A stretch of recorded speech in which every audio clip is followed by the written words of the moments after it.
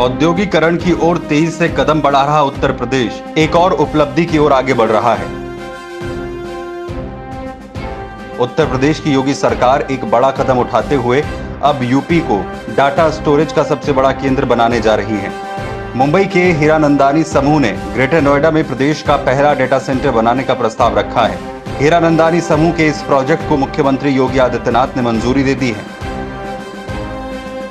खास बात यह है कि 600 करोड़ रुपए की इस परियोजना में निवेश के लिए सरकार को 10,000 करोड़ रुपए के प्रस्ताव मिल चुके हैं।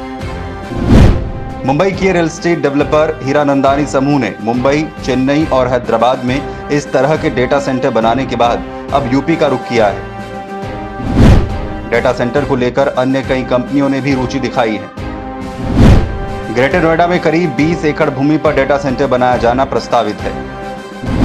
इससे युवाओं को रोजगार का बड़ा अवसर मिलेगा। इसके साथ ही अन्य जगहों पर काम कर रही आईटी कंपनियों को भी कारोबार में मदद मिलेगी। अत्याधुनिक तकनीक और सुविधाओं से लैस ये अपनी तरह का पहला डेटा सेंटर पार्क होगा। मुख्यमंत्री योगी आदित्यनाथ ने योजना को हाथ में लेते हुए अधिकारियों को निर्देश देकर जमीन की व्यवस्था भी कर दी है। डेटा सेंटर बनने के बाद दूसरे राज्यों में चल रही कंपनियों को भी यूपी से जोड़ा जा सकेगा।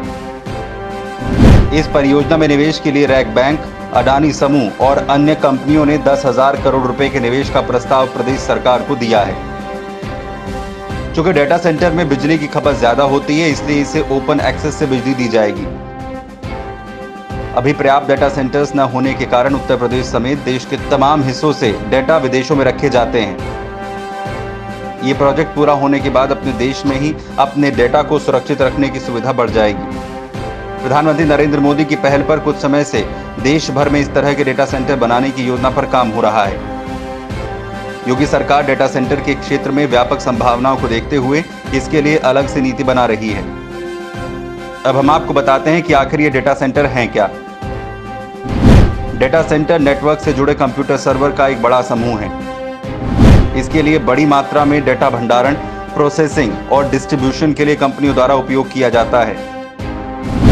यूपी में सोशल मीडिया प्लेटफॉर्म जैसे Facebook, Twitter, WhatsApp, Instagram, YouTube आदि के करोड़ों उपभोक्ता हैं।